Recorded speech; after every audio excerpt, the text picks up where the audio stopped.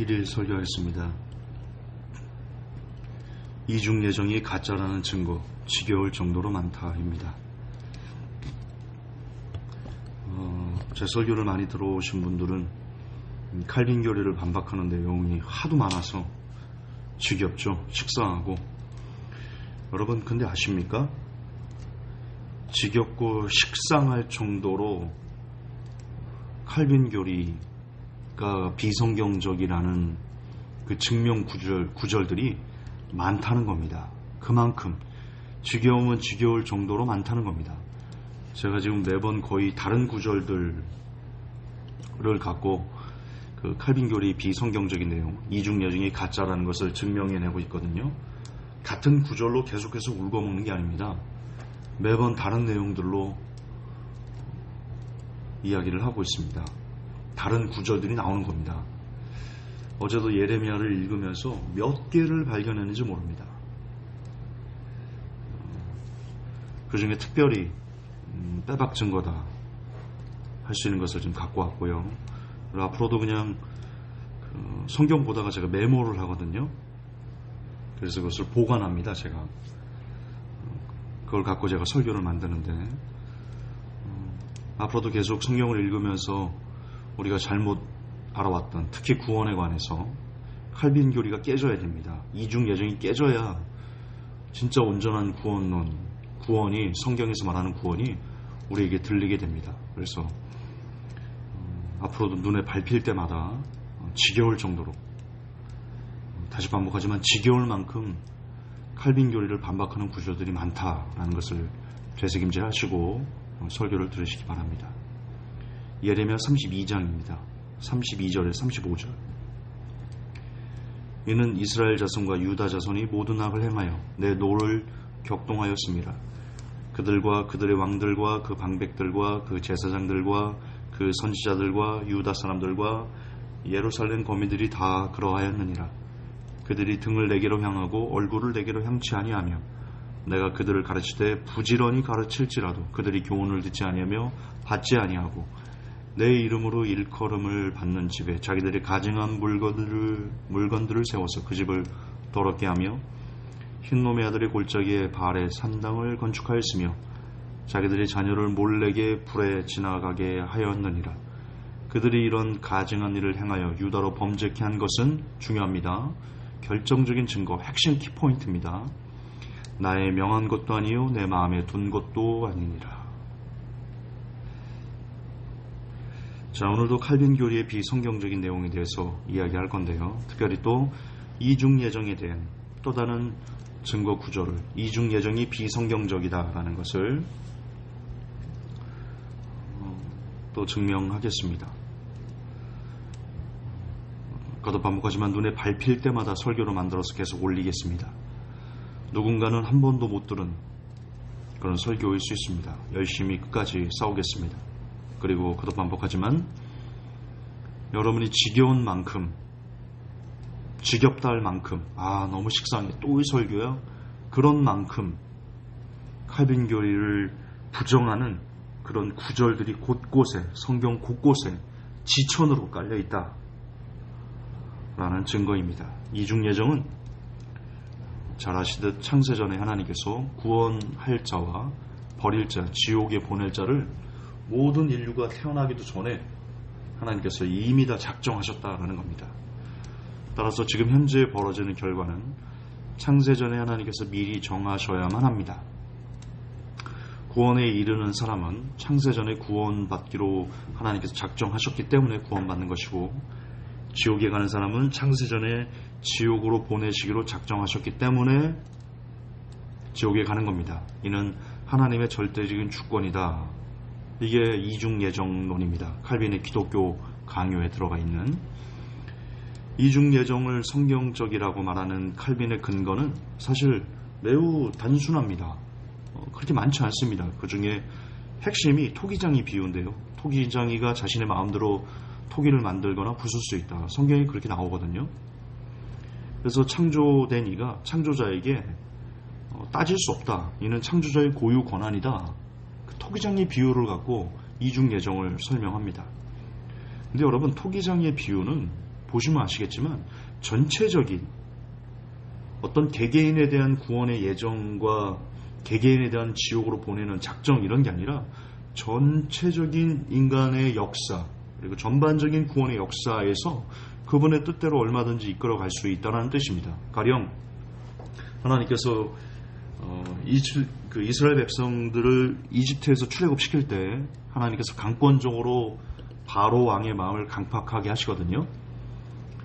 그럴 수 있습니다. 하나님의 역사를 그리고 만방에 알리시기 위해서 어떤 특정한 인물을 하나님께서 마음대로 강팍하게 하시고 그렇게 그 역사를 이끌어 가실 수 있습니다. 근데 그 몇몇 대사건들을 일반화시켜서 태어나지도 않은 지금까지 살았던 모든 인류에게 동일하게 적용하는 것은 이게 일반화의 오류라고 하는 겁니다. 지금 그 칼빈은 일반화의 오류를 범하고 있는 겁니다. 토기장의 비유도 일반화의 오류입니다. 다시 얘기하지만 전체적인 구원의 역사나 인간의 역사를 하나님의 뜻대로 이끌어 가실 수 있다는 뜻이지 개개인 모두를 창세전에 천국, 어떤 사람은 지옥으로 예정하셨다는 의미가 아닙니다. 이중 예정을 말할 때 토기장이의 비유를 갖다 쓰면 큰일 납니다. 여러분 모든 사람을 창세전의 구원으로 혹은 천국으로 혹은 지옥으로 이렇게 예정하셨다면 인간은 로봇과 마찬가지인 겁니다. 결국 하나님의 뜻을 거스를 수 없잖아요. 로봇가 되는 거죠. 하나님 혼자 체스 게임을 두고 계신 겁니다. 장기로 말하면 혼자 장 두고 혼자 멍 두시고 혼자 또 장 두시고 또 멍 두시고 그러시는 겁니다. 여러분이 혼자 장기를 둔다고 생각해 보십시오. 얼마나 재미없고 심심합니까? 우리는 심심하고 재미없는 걸 왜 하나님은 그렇게 하시라고 권하고 있는 겁니까? 그리고 그게 하나님의 영광이다, 하나님의 주권이다? 되도 않는 소리입니다. 오늘 본문을 보십시오. 오늘 본문을 보세요. 35절 보십시오. 물론 32절부터 계속 그런 증거들이 나오지만 특별하게 35절에 명확한 이중 예정은 성경이 아니다라고 저와 여러분에게 시퍼렇게 말하고 있는 하나님의 말씀이 있습니다. 흰놈의 아들 골짜기에 바알의 산등을 건축하였으며 자기들의 자녀를 몰래게 불에 지나가게 하였느니라. 그들이 이런 가증한 일을 행하여 유다로 범죄케 한 것은 보세요. 진짜 키 중의 키입니다. 내가 명한 것도 아니요 내 마음에 둔 것도 아니다. 생각해 본 적도 없는 거랍니다. 하나님께서 이스라엘 백성들이 이렇게 우상 숭배를 하고 하나님을 거역하고 하나님을 진노하게 하는 일들이 하나님은 꿈에도 생각해 본 적도 없답니다. 꿈에도 명한 것도 아니고요 마음에 둔 적도 없답니다. 지금 이 내용과 성경에서 이렇게 명명백백하게 얘기하는 내용과 우리가 지금 교리로 배우는 신학교에서 배우는 칼빈 교리, 칼빈의 이중예정론, 창세전에 누구는 구원받기로 예정, 누구는 지옥으로 예정, 이게 앞뒤가 맞습니까? 맞아요 여러분? 이걸 보면서도 에레미야 32장을 보면서도 칼빈 교리의 이중예정이 눈에 들어옵니까? 귀에 들어옵니까?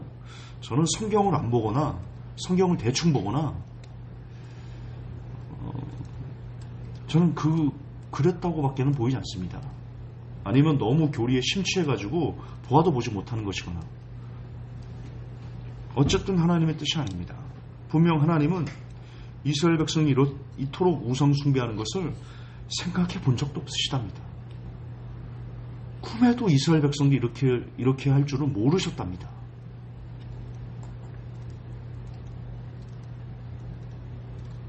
성경은 그렇게 얘기합니다. 이게 지금 잘 안 들리시죠?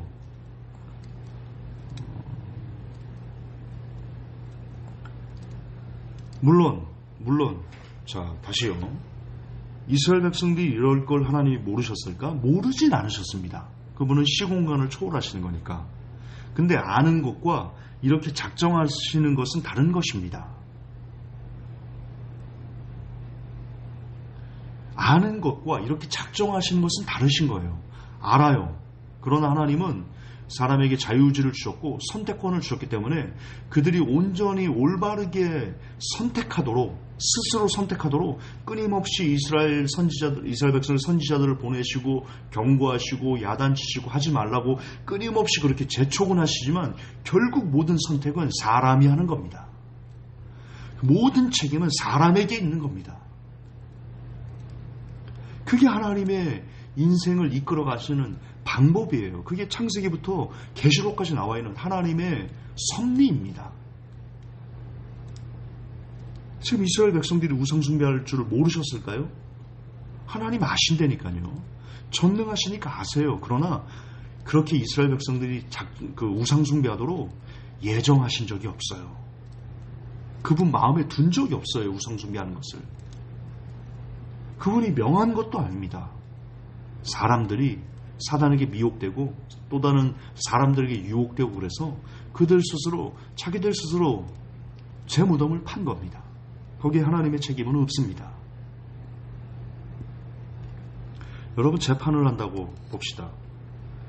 아무리 정황 증거가 많아도 결정적인 증거 하나가 나오면요, 모든 판결이 뒤집힙니다.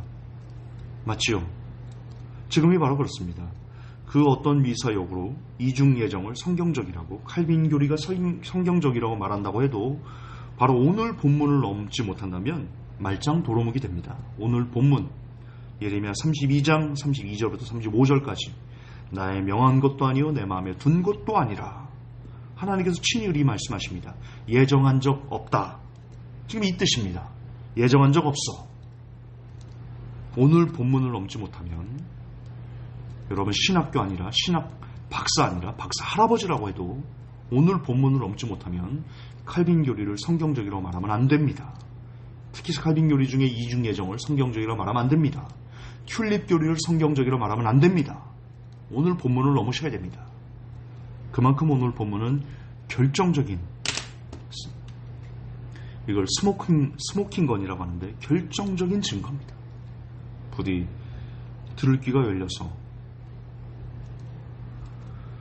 더 이상 칼빈 교리의 농간에, 이중 예정의 농간에, 튤립 교리의 농간에, 한 번 구원 영원한 구원의 농간에 노란하지 않는 여러분이 되시기를 예수님의 이름으로 부탁드립니다. 하나님, 오늘 하나님께서 말씀하셨습니다. 사람들이 범죄하는 것 생각해 본 적 없다. 예정한 적 없다. 이렇게 증거가 명명백백하게 우리 앞에 드러나고 있는데도 여전히 우리는 칼빈 교리를 지지하고 성경적이라 말하고 거기서 파생된 한 번 구원, 영원한 구원을 성경보다 더 권위에 두고 신봉합니다. 그 안타까운 사람들에게 이 결정적인 한 방이 카운터 펀치가 되어서 더는 그 입들이 열리지 않기를 하나님 도와주옵소서. 예수님 이름 받들어 기도합니다. 아멘.